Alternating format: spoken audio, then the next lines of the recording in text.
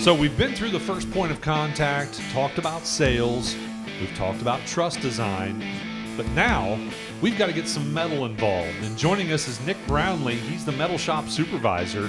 Nic, tell us how you turn a raw sheet of metal into roofing and siding. Well, it all starts with the office putting in the order, and as soon as we put in the order, we get it on our computer out there. We print the tags, whether it is stock or cut, and we put it on the pool table, and the pool guys will go grab it and wrap it up, or I will put my labels on the slitter and go through it, and we will slit the metal down to the specifications that the paperwork says to, and then we'll send it to the brake. The brake guy will draw it up on the computer.